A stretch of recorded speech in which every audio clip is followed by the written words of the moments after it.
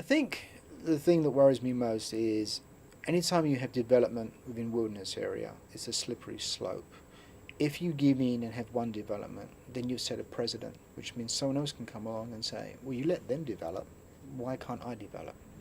And then how do you stop the second person? And then you have a second person develops, and then a third person develops. So it's a very slippery slope.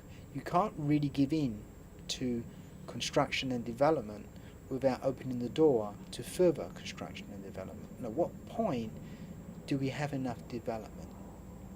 The reality is, and this is a quote again, it's from David Browser, and he actually said that the fight against wilderness, or the fight for wilderness, is a battle that we're always seeking not to lose. We don't fight to gain wilderness areas, we fight not to lose them. And that's a constant battle, because what we have, in many ways, is all that we have. And every time we battle, we lose, unfortunately, a little bit more. So it's a battle to keep what we've got, not a battle to gain more. And I think people who look at it that way would appreciate, how many pretty flowers do we need? How many songbirds do we need? At some point, you'd like to think that we'd like as many as we can afford, or at least appreciate.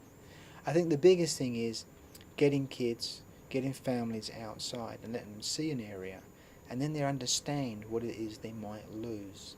We don't really appreciate something till we have an understanding of it. To gain the understanding, we need to explore it and physically be there, in many cases. But people across the world want to protect wilderness areas just for their own value, their intrinsic value, or the fact that I might never visit it, but I'd like the fact that my children could visit it in the future, a bequest value for future generations. The problem is if you develop it, they'll never understand what it is that they lost. And I think that's the biggest sadness, is once it's gone in many ways, even if you were to go back and knock down all the development, nature is slow to come back. It's a slow process, but we can pave a forest in a day.